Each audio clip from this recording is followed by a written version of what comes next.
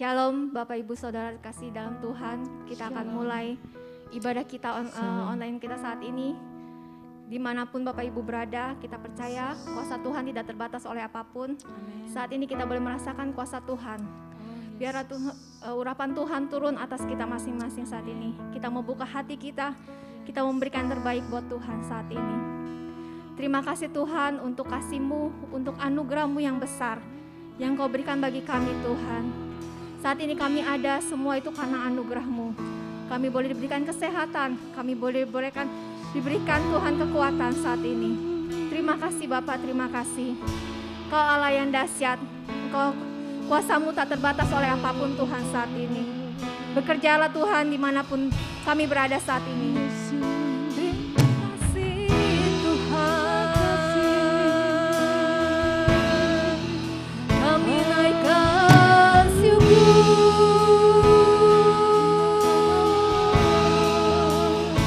atas kasih-Mu.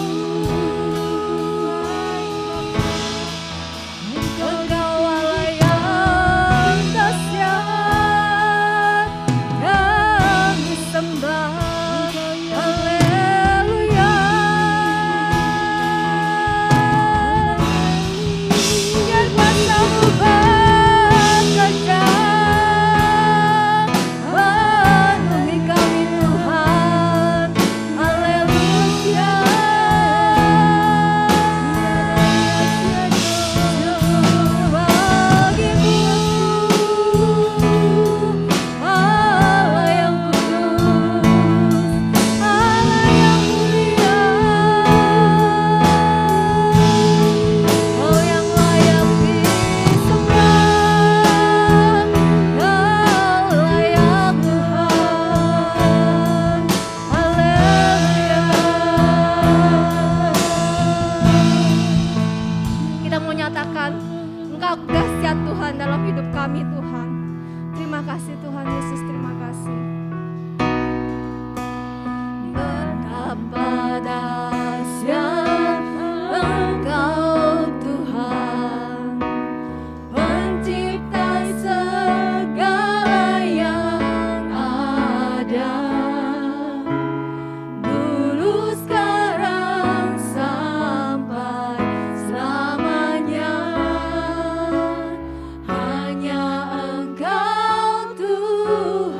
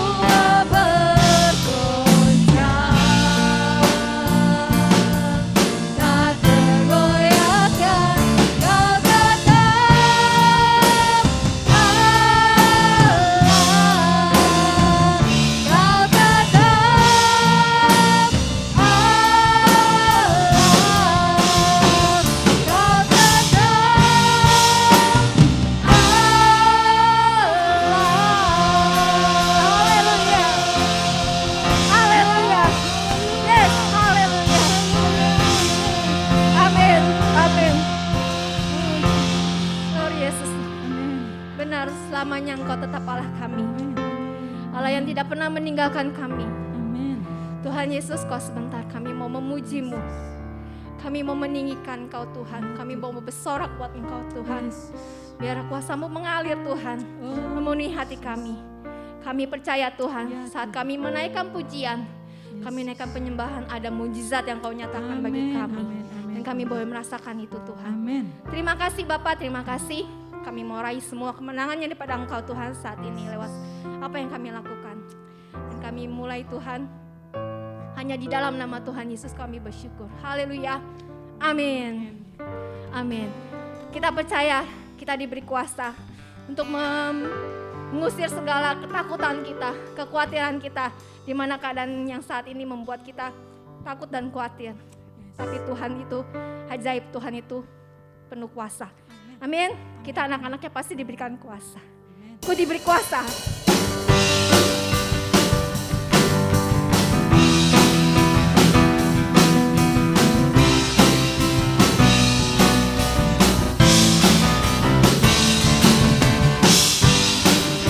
Kuasa dari Raja mulia, menaklukkan musuh di bawah kakiku.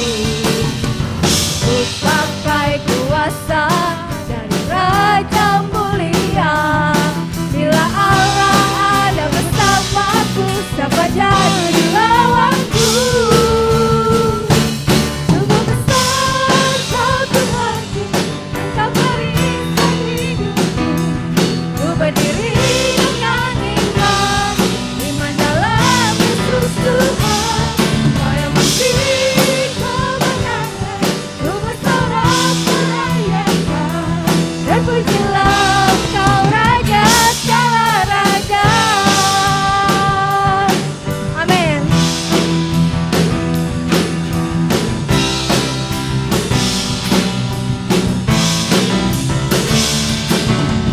Ku diberi kuasa dari Raja mulia, menaklukkan musuh di bawah kakiku. Ku pakai kuasa dari Raja mulia. Bila Allah ada bersamaku, siapa jadi lawan? Bila Allah ada bersamaku, ada bersamaku, siapa jadi? Sekali lagi, bila Allah ada bersamaku, bila Allah ada bersamaku, siapa jadi lawanku? Yes. Sungguh besar Kau Tuhanku, Engkau perisai hidupku. Ku berdiri dengan iman, iman dalam Yesus Tuhan. Kau yang memberi kemenangan, ku bersorak merayakan. Terpujilah Kau Raja segala raja. Sungguh besar Kau Tuhanku, Engkau perisai hidupku. Ku berdiri dengan iman, iman dalam Yesus Tuhan. Kau yang memberi kemenangan, ku bersorak merayakan. Terpujilah Kau Raja segala raja. Katakan, sungguh besar Kau Tuhan. Sungguh besar Kau Tuhanku, Engkau perisai hidupku. Ku berdiri dengan iman, iman dalam Yesus Tuhan. Kau yang memberi kemenangan, ku bersorak merayakan. Terpujilah Engkau Raja segala raja. Sungguh besar Kau Tuhanku, Engkau perisai hidupku. Ku berdiri dengan iman, iman dalam Yesus Tuhan. Kau yang memberi kemenangan,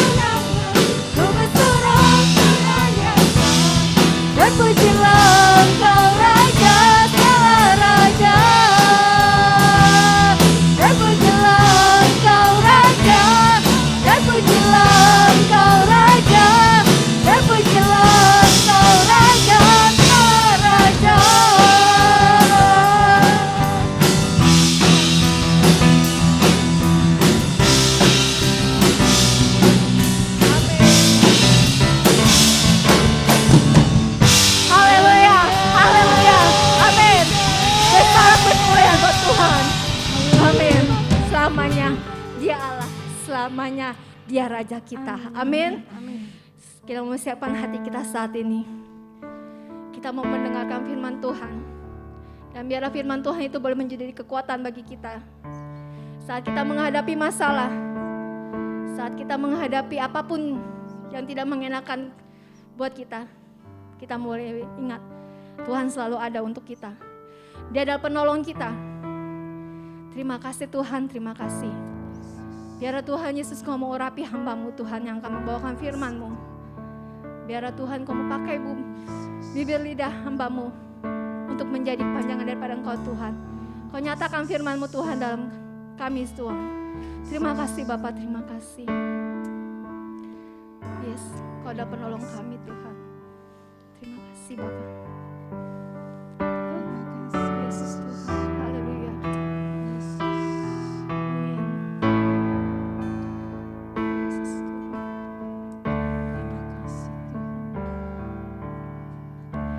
Musim selalu berganti,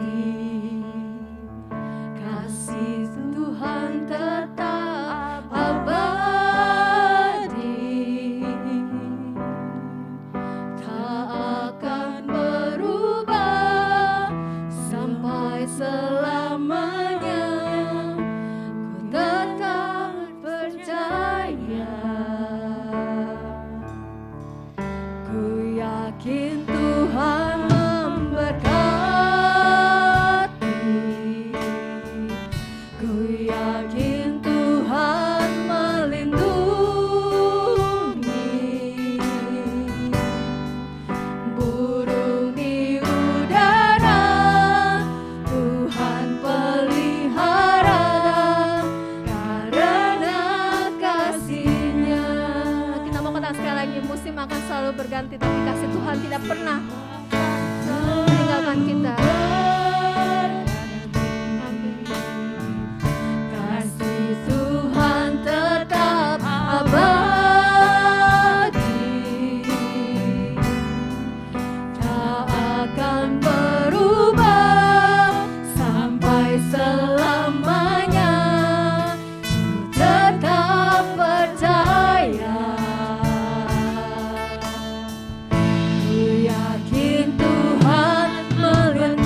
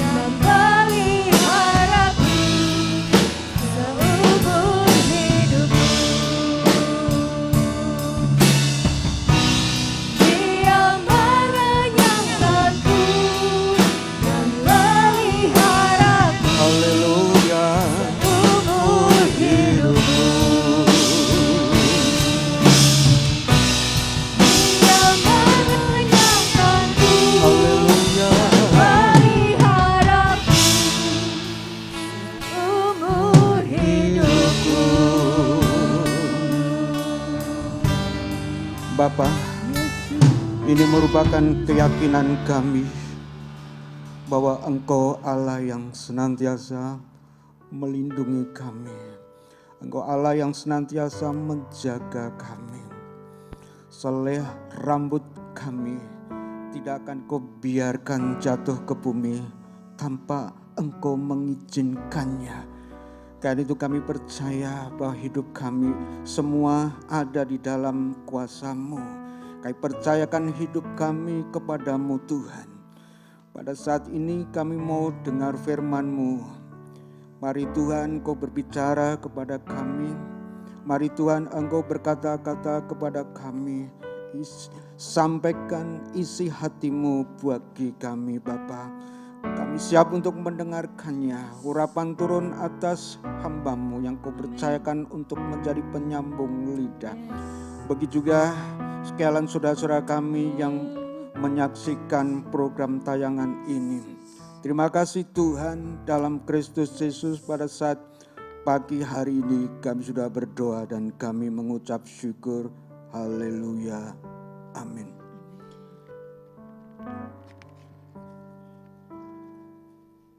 Ya, puji Tuhan. Bapak, Ibu, saudaraku yang dikasihi Tuhan, kita bertemu kembali di dalam ibadah, sekalipun tidak secara langsung, kita lakukan secara online karena memang situasinya yang mengharuskan kita untuk melakukannya. Kita memang perlu memperhatikan dan meresponi himbauan dari pemerintah.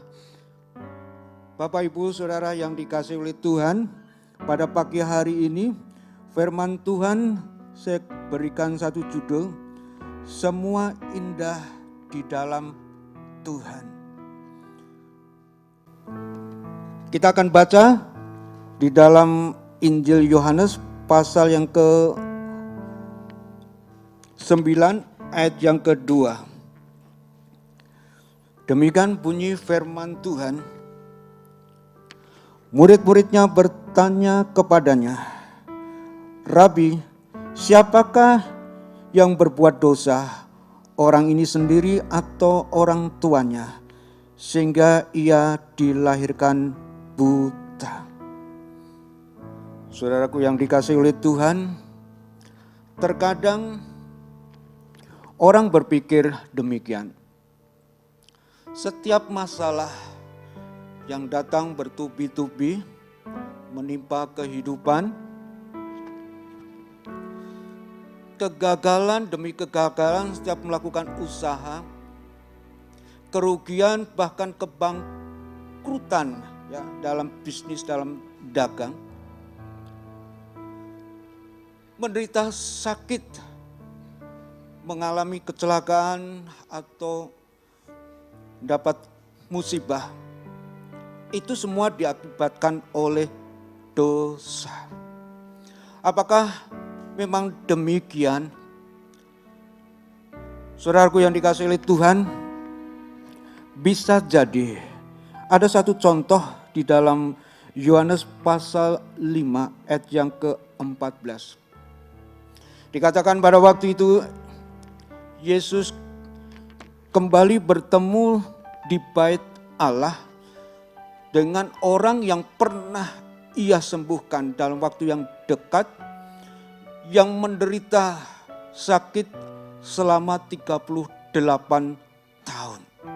Yesus berkata kepadanya, engkau sudah sembuh, jangan berbuat dosa lagi, supaya padamu jangan terjadi hal yang buruk. Saudaraku, dalam hal ini, apa yang dialami oleh orang yang sakit sampai bertahun-tahun ini memang diakibatkan oleh dosa. Tapi kita harus tahu bahwa tidak semua yang namanya sakit, tidak semua yang namanya masalah, penderitaan dan kesusahan itu diakibatkan oleh karena dosa. Bisa jadi Tuhan mengizinkan. Tuhan memberikan izin, bukan membuat rencana. Bukan merancang. Tuhan mengizinkan hal itu bisa terjadi karena ada maksud yang indah di dalamnya untuk menyatakan kemuliaannya, keagungannya, kemurahannya, dan kebaikannya. Di dalam Mazmur pasal yang ke-73 ayat 21 sampai 24. Sang pemazmur menyatakan bahwa ia mengalami pergumulan hidup yang begitu berat. Ia merasa seperti orang dungu, tidak mengerti, dan menjadi rendah, hina seperti hewan di dekat Tuhan, di hadapan Tuhan. Tapi satu hal yang menarik di sini, saudara,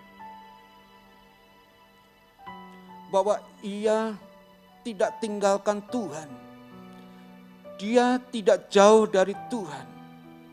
Dia tetap dekat dengan Tuhan. Dan pada ayat yang ke-24 Mazmur pasal 73, Tuhan mengangkat dia masuk ke dalam kemuliaannya. Ini merupakan suatu contoh bahwa Tuhan izinkan penderitaan itu bisa terjadi. Tapi di balik itu Tuhan punya rencana untuk menyatakan kemuliaannya. Saudara yang dikasihi oleh Tuhan, bagaimana dengan kasus orang buta yang sejak lahir? Siapa sih orang yang mau buta? Saudara dan saya tentu menolak ketika ditanya, apakah engkau mau buta? Orang buta sejak lahir ini tentu sebelumnya tidak pernah ditanya, apakah ketika kau lahir kau bersedia menjadi buta? Atau paling tidak diberitahu, nanti kalau kamu lahir menjadi buta. Tentu itu tidak pernah terjadi. Yang terjadi dia lahir dalam keadaan buta. Sebagai orang yang buta, tentu dia mengalami penderitaan yang sangat dan amat. Kita tidak tahu jelas apakah dia masih tinggal bersama dengan orang tuanya pada waktu malam hari. Tapi yang jelas pada hari siang dia hidup sebagai seorang pengemis. Dia tidak bisa membangun hubungan sosial dengan sesamanya karena memang kondisinya tidak mendukung. Dia tidak punya komunitas untuk bagaimana dia bisa curhat, menyampaikan permasalahannya kepada orang lain dalam komunitas itu. Ia berjuang supaya tetap bertahan hidup. Dia hidup dari belas kasihan orang lain. Dan itulah sebabnya murid-muridnya bertanya kepada Yesus, Rabi, siapakah yang berbuat dosa, orang ini sendiri atau orang tuanya sehingga ia dilahirkan buta?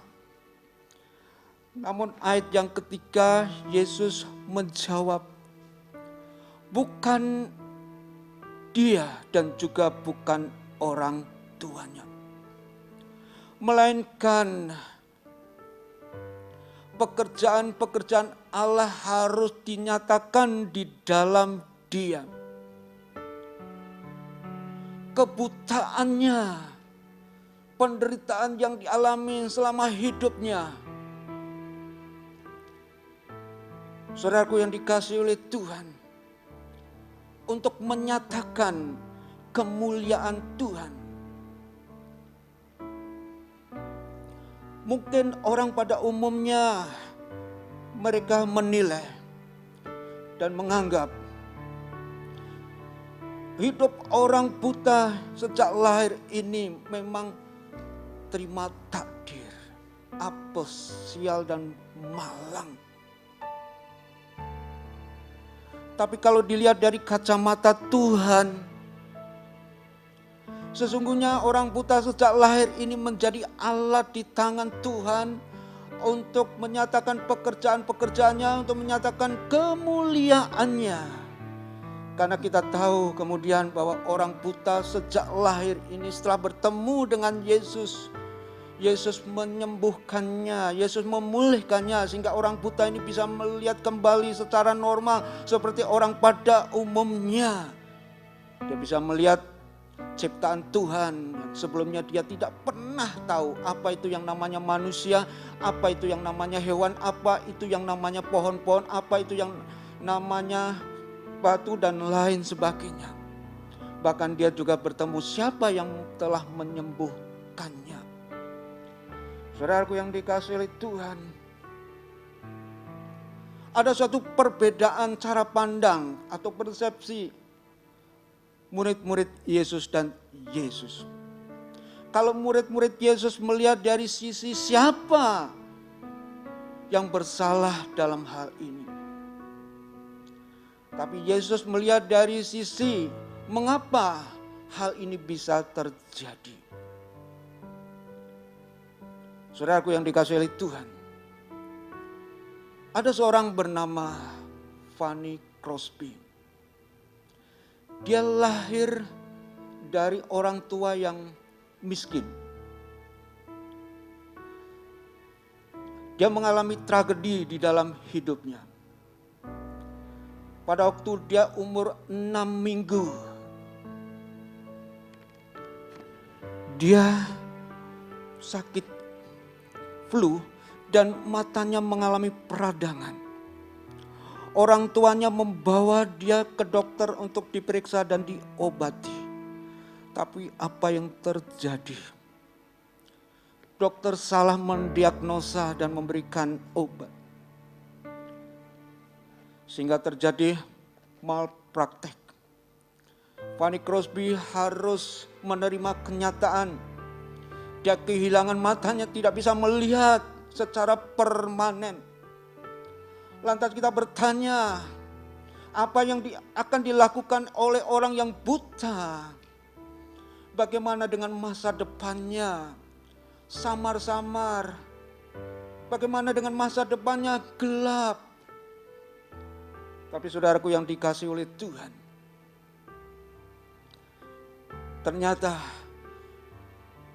di dalam hidupnya Fanny Crosby ini, dia menjadi salah satu orang yang terkenal di dunia karena dia kreatif dan produktif. Ia berhasil menulis 8.000 himne atau lagu rohani. Dan itu menjadi berkat bagi banyak gereja. Sehingga ada satu lagu yang diciptakannya yang tertulis di dalam bahasa Indonesia. Saya tidak akan nyanyikan secara lengkap. Ku berbahagia, yakin teguh, Yesus abadi kepunyaanku. Nah, saudaraku yang dikasihi oleh Tuhan, ini salah satu dari karya Fanny Crosby. Saudara, kalau orang melihat dari sisi siapa yang bersalah, gara-gara dokter itu, maka dokter itu harus dituntut, dokter itu harus diperkarakan, dokter itu harus dipenjara, dokter itu harus menanggung konsekuensinya, membayar ganti rugi. Tapi apakah itu bisa memulihkan? Apakah itu bisa membuatnya normal kembali? Tidak. Tapi Yesus melihat dari sisi lain. Mengapa Fanny Crosby harus mengalami hal yang demikian? Dan ternyata bahwa itu untuk menyatakan kemuliaan Tuhan. Ketika ada orang bertanya kepada Fanny Crosby, kalau engkau memilih, mana yang kau pilih? Dalam keadaan bisa melihat atau buta? Tapi dia menjawab, kalau disuruh memilih, aku memilih menjadi buta. Sebab ketika aku buta, aku bisa konsentrasi untuk berkarya, berprestasi dalam hidup ini.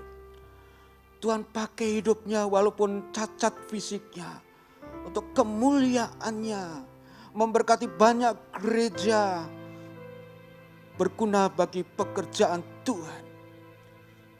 Saudaraku yang dikasihi Tuhan, kan itu kita jangan melihat dari sisi siapa, tapi kita melihat dari sisi mengapa, dari kacamata Tuhan. Saudaraku yang dikasihi oleh Tuhan, Yesus menyembuhkan orang buta sejak lahir ini dengan cara yang unik, tidak lazim dan tidak umum. Di dalam ayat yang ke-6, setelah ia mengatakan semuanya itu, ia meludah ke tanah dan mengaduk ludahnya itu dengan tanah dan lalu mengoleskannya pada mata orang buta tadi. Saudaraku yang dikasihi oleh Tuhan, pertolongan Tuhan ini sepertinya tidak menyenangkan, melalui cara yang tidak menyenangkan, bahkan terkesan merendahkan, menghina. Ia meludah kemudian mengaduk dengan tanah, lalu dioleskan pada mata orang yang buta. Orang-orang Yahudi menganggap bahwa yang namanya ludah itu sesuatu yang kotor, hina dan najis, haram. Tapi bagi Yesus tidak demikian. Justru ketika Yesus melakukan hal yang demikian untuk menunjukkan bahwa manusia itu sesungguhnya adalah najis dan kotor di hadapan Tuhan. Karena itu dia meminta kepada orang buta sejak lahir ini untuk membersihkan diri, untuk membasuh ke kolam Siloam. Ini merupakan simbol, ini merupakan lambang pembersihan yang dilakukan oleh Allah. Bukan oleh usaha manusia, hanya oleh Allah. Dan itu sudah digenapi di dalam Yesus Kristus. Saudaraku yang dikasihi oleh Tuhan. Namun orang-orang pada waktu itu dan juga kebanyakan orang masih belum mengerti tentang siapa dirinya dan bagaimana keadaan dirinya di hadapan Allah. Manusia tidak menyadari sebagaimana yang dikatakan di dalam Yesaya pasal 64 ayat yang ke-6. Kami sekalian seperti seorang yang najis, kesalahan kami seperti kain kotor. Di dalam Roma pasal 3 ayat yang ke-10 katakan tidak ada seorang pun yang benar, seorang pun tidak. Karena itu jangan heran saudara, ketika orang meminta pertolongan kepada Tuhan, tentunya diharapkan bahwa pertolongan Tuhan itu jangan melalui hal-hal yang tidak menyenangkan. Tapi kalau bisa melalui hal-hal yang enak, hal-hal yang nyaman. Saudaraku yang dikasihi Tuhan, kalau kita mau selidiki, kalau kita mau kaji firman Tuhan yang tertulis di dalam Alkitab ini, maka kita tahu bahwa ketika kita menghadapi berbagai persoalan, masalah, kesulitan, tantangan, keadaan buruk, pencobaan dan lain sebagainya, itu sesungguhnya bahwa Allah sedang menggunakannya untuk menolong anak-anaknya, menolong saudara dan saya, kita semuanya. Kita tidak tahu apa yang menjadi kebutuhan kita, tapi Allah tahu apa yang menjadi kebutuhan kita. Kebutuhan kita bukan cuma berkaitan dengan hal yang bersifat lahiriah. Kalau orang sakit minta disembuhkan, oke, kalau itu merupakan kebutuhannya. Kalau orang gak punya apa-apa, dia minta kepada Tuhan supaya diberkati secara materi, oke lah, kalau itu menjadi kebutuhannya. Tapi ada kebutuhan yang lain yang mungkin tidak disadari, yang mungkin tidak dimengerti. Kebutuhan apakah itu? Kebutuhan rohani yang seringkali diabaikan. Melalui persoalan, melalui masalah pencobaan, Tuhan mempergunakan untuk menolong anak-anaknya, memperbaiki kelakuannya, untuk mengubah karakternya, untuk membangun imannya, untuk menumbuhkan kasihnya, sehingga semuanya menjadi indah di hadapan Tuhan. Sebab itu ketika kita harus menderita karena pencobaan, jangan cepat berpikir negatif, karena sebenarnya bahwa Allah sedang bekerja di dalamnya. Di dalam Yakobus pasal 1 ayat 2 dan ayat 3. Firman Tuhan katakan apa? Anggaplah suatu kebahagiaan apabila kamu jatuh ke berbagai-bagai pencobaan. Saudara, Alkitab katakan, anggaplah suatu kebahagiaan apabila kamu jatuh ke dalam berbagai-bagai pencobaan. Kata anggaplah ini, saudara, dalam bahasa aslinya ini bentuk perintah. Egesaste, bentuk perintah. Nah, kalau ini namanya bentuk perintah, kan harus dituruti, harus diikuti, harus ditaati. Kalau tidak dilakukan, ya tidak mungkin bisa mengalami kebahagiaan. Bagaimana mungkin orang yang jatuh ke dalam berbagai-bagai pencobaan bisa berkata, aku berbahagia. Karena itu saudara, mindsetnya, pola pikirnya harus dirubah lebih dahulu. Untuk merubah itu harus melakukan firman Tuhan, menganggap bahwa itu sebagai suatu kebahagiaan. Lantas kalau ditanya, di mana bentuk pertolongan Tuhan melalui berbagai-bagai pencobaan itu? Ayat yang ketiga menjawabnya, bahwa pencobaan itu merupakan ujian bagi iman untuk menghasilkan ketekunan. Jadi pencobaan-pencobaan yang terjadi itu menjadi ujian iman untuk menghasilkan ketekunan.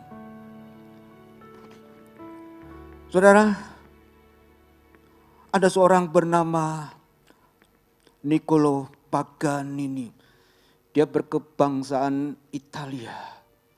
Dia lahir tanggal 27 bulan November tahun 1782. Dia seorang pemain biola yang handal. Suatu ketika dia lagi konser, dihadiri bukan cuma ratusan tapi ribuan orang. Pada waktu dia memainkan biola, tiba-tiba senar satu atau dawai satu putus. Dia tidak terpengaruh, dia tetap melanjutkan permainannya. Kemudian tak terasa lagi dawai yang kedua atau senar yang kedua putus. Dia juga tidak terpengaruh. Kemudian terakhir dawai atau senar yang ketiga putus. Dia juga masih tidak terpengaruh. Penonton tetap memberikan aplaus, tepuk tangan, sorak-sorai. Penonton tidak tahu apa yang terjadi, apa yang dialami oleh Niccolo Paganini ini. Dia tidak terpengaruh oleh keadaan. Dia tetap bermain dengan apik dan cantik. Ini menggambarkan ketekunan, saudara. Orang yang tekun itu memiliki daya tahan. Orang yang tekun ini memiliki kesabaran. Orang yang tekun ini memiliki ketabahan. Orang yang tekun ini juga memiliki kelembutan. Satu pertanyaan yang kita berikan. Apakah orang yang temperamental itu bisa diubahkan? Bisa. Saudara tahu siapa Musa? Di dalam Keluaran pasal yang kedua. Dan juga pasal yang ketiga. Musa pada waktu dia menjadi pangeran di Mesir, pada waktu dia jalan-jalan dia melihat ada orang Mesir mandor memukul salah seorang Ibrani yang menjadi saudaranya sebangsanya. Pada waktu orang Ibrani menjalankan kerja paksa, maka mandor itu dibunuh oleh Musa. Kan temperamental itu. Kemudian akibatnya dia harus lari meninggalkan Mesir karena tentunya akan dicari, dikejar oleh Firaun. Dia lari ke padang gurun, ke Midian. Pada akhirnya dia menikah di sana dan dia hidup sebagai gembala ternak milik mertuanya. Dan di dalam Bilangan pasal 12 ayat yang ketiga dikatakan bahwa Musa itu terkenal seorang yang sangat lembut hatinya, melebihi manusia yang tinggal di muka bumi ini. Tapi itu merupakan itu melalui proses, tidak langsung membalikkan tangan, proses demi proses. Semakin kita menghadapi berbagai macam persoalan dan masalah itu membuat kita diproses menjadi semakin tekun dan semakin tekun. Menjadi sabar dan semakin sabar, menjadi lembut dan semakin lembut. Saudaraku yang dikasihi, sehingga menjadi indah di dalam Tuhan. Sebagai ayat yang berikutnya kita kenal dan kita tahu karena sering mendengar dan membacanya. Di dalam Roma 8 ayat yang ke-28. Kita tahu sekarang bahwa Allah turut bekerja di dalam segala sesuatu untuk mendatangkan kebaikan bagi orang yang mengasihi Dia. Dan bagi orang yang terpanggil sesuai dengan rencananya, rencana Allah. Saudaraku yang dikasihi Tuhan. Allah turut bekerja di dalam segala sesuatu. Di dalam penderitaan, kesusahan, kondisi yang buruk, tidak baik, Allah turut bekerja. Di situ Allah membentuk, memberikan pertolongan, membentuk. Sehingga saudaraku yang dikasihi oleh Tuhan, anak-anaknya, mereka akan mengalami proses. Karakternya diperbarui terus-menerus. Wataknya diperbarui terus-menerus. Perilakunya diperbarui terus-menerus. Itu kebutuhan yang Tuhan berikan kepada anak-anaknya. Sehingga anak-anaknya menjadi indah di mata Tuhan. Anak-anak menjadi berkat bagi banyak orang. Hidupnya berkenan di hadapan Tuhan dan memuliakan Tuhan. Karena itu saudara, kalau kita menghadapi keadaan yang buruk, situasi yang tidak menyenangkan, maka jangan berpikir bahwa itu adalah kemalangan, bahwa itu adalah kesialan, bahwa itu adalah celaka, bahwa itu adalah musibah. Bukan. Tapi itu merupakan berkat. Karena di balik itu Tuhan siapkan ya, untuk memenuhi kebutuhan kita yang mendasar, kebutuhan rohani. Sehingga kita menjadi indah di mata Tuhan. Mengucap syukurlah di dalam segala sesuatu. Amin. Buat firman Tuhan.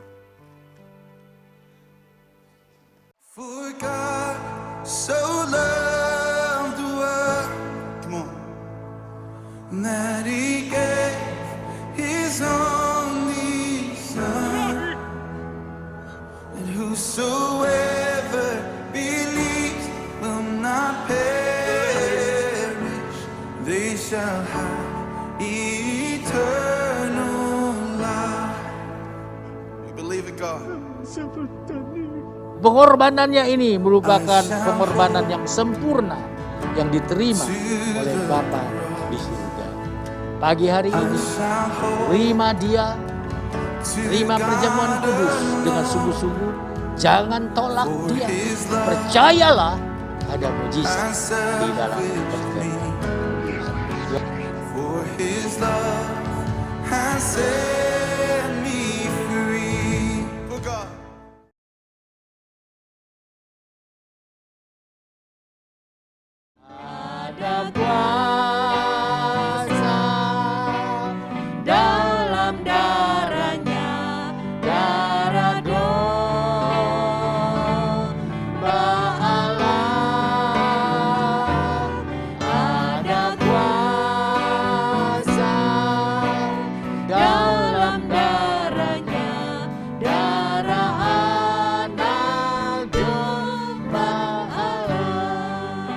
Bapa di surga, pagi hari ini kami sudah mendengarkan firman-Mu.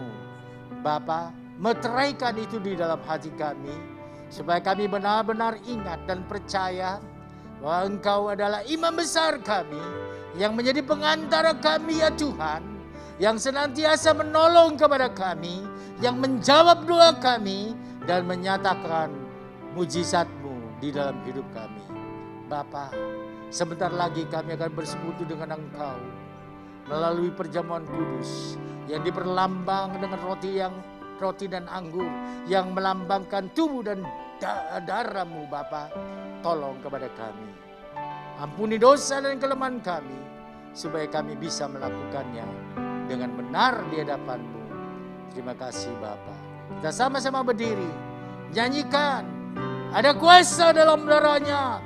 Saudara yang punya masalah, saudara yang punya persoalan, saudara yang memerlukan pertolongan Tuhan, ada kuasa di dalam darahnya. Nyanyikan dengan iman, nikmati mujizatnya, nikmati kuasanya. Oh haleluya.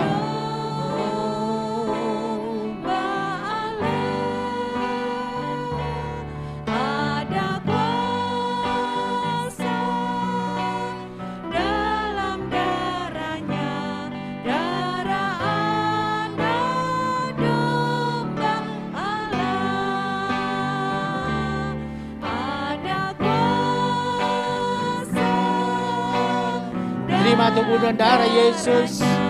Jangan tolak dia. Amin.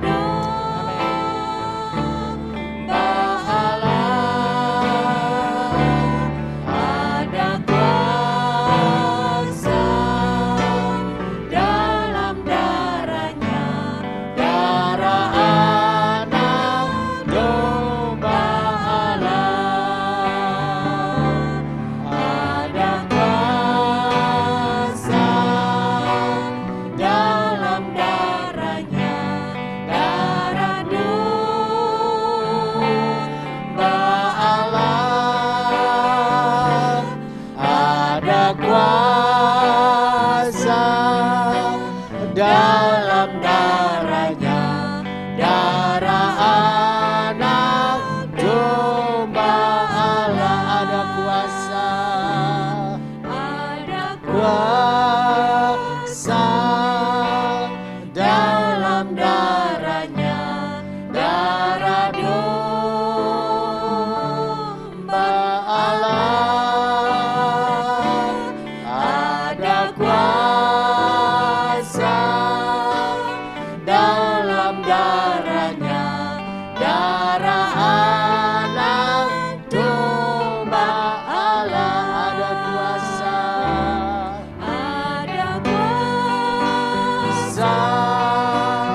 dalam darahnya, darah domba Allah. Ada kuasa dalam darahnya, darah anak domba Allah. Ada kuasa dalam darahnya, darah domba Allah.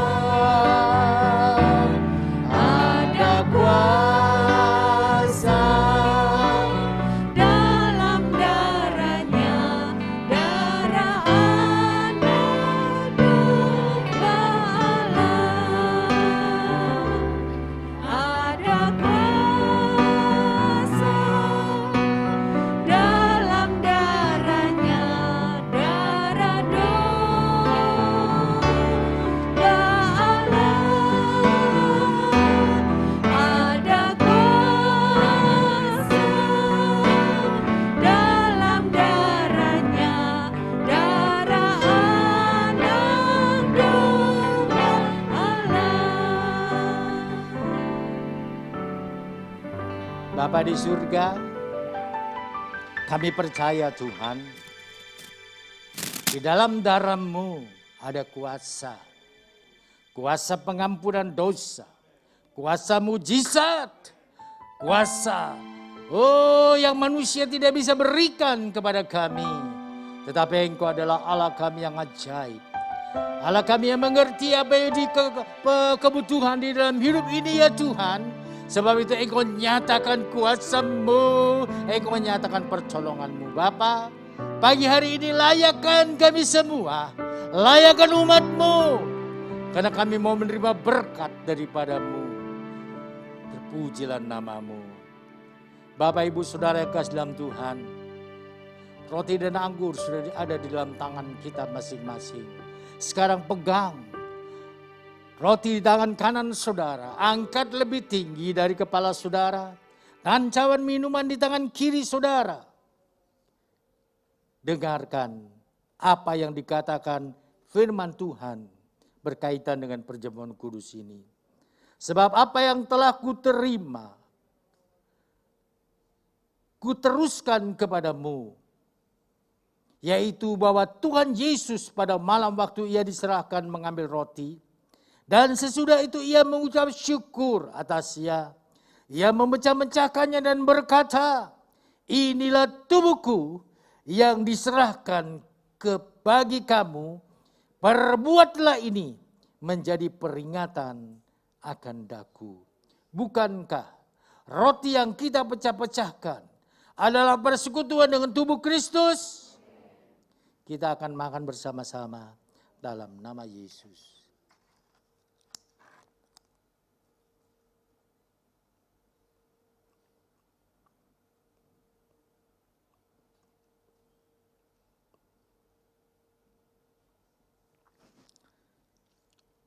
Sekarang pegang cawan minuman di tangan kanan saudara.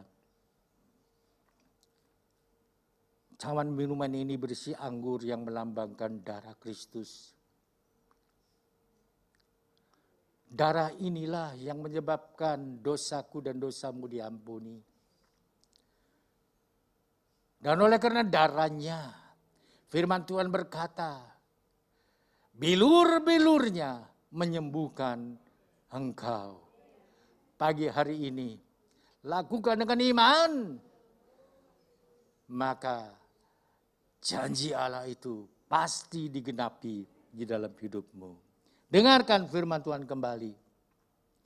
Demikian juga ia mengambil cawan sesudah makan lalu berkata, cawan ini adalah perjanjian baru yang dimeteraikan oleh darahku. Perbuatlah ini. Setiap kali kamu meminumnya menjadi peringatan akan daku. Bukankah cawan pengucapan syukur yang atasnya kita ucapan syukur adalah persekutuan dengan darah Kristus? Kita akan minum bersama-sama dalam nama Yesus.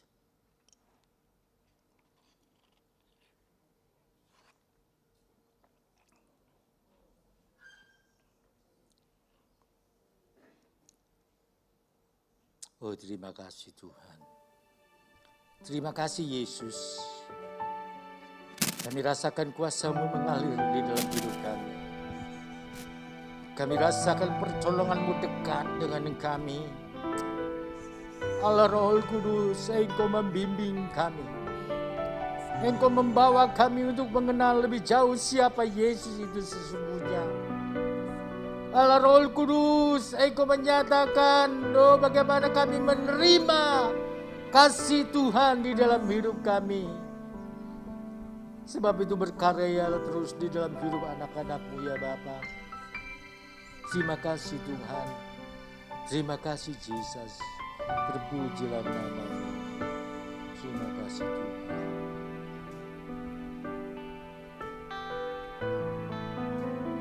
Terima kasih Yesus.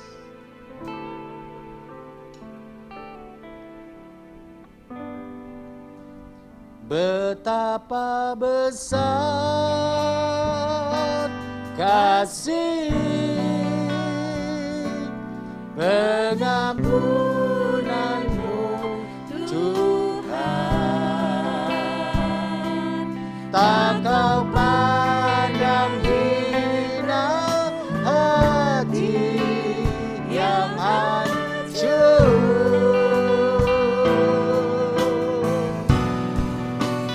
Ku menerima kasih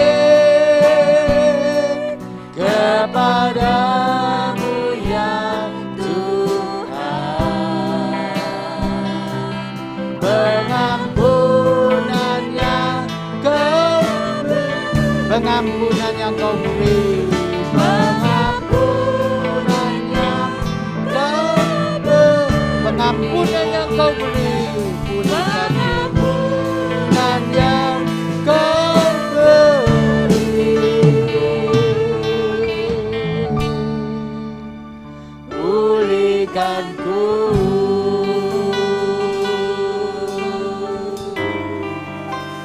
Pulihkanku. Terima kasih Bapa, kami percaya Engkau sudah memulihkan kami. Kami percaya Tuhan kuasa-Mu berlaku di dalam hidup kami. Dalam nama Yesus kami sudah berdoa. Sekarang kita akan menerima berkat dari Bapa di surga. Berkat itu tidak datang dari manusia. Sebab itu terimalah dengan iman. Dalam nama Yesus, Tuhan memberkati rumah tanggamu. Dalam nama Yesus, Tuhan memberkati usahamu. Dalam nama Yesus, Tuhan memberkati masa depanmu. Sebab itu sidang jemaat yang dikasihi Tuhan, sekarang pulanglah dalam damai sejahtera dari Allah Bapa yang melampaui segala akal, yang memelihara pikiran hatimu di dalam Kristus Yesus, dan kasih karunia Tuhan Yesus Kristus yang telah menyelamatkan saudara, serta kuat kuasa Roh Kudus yang mengurapi, menyertai, memimpin, membuat saudara berhasil mulai hari ini sampai Maranatha Tuhan Yesus datang kembali. Terima kasih Allah Bapa, terima kasih Tuhan Yesus, terima kasih Roh Kudus.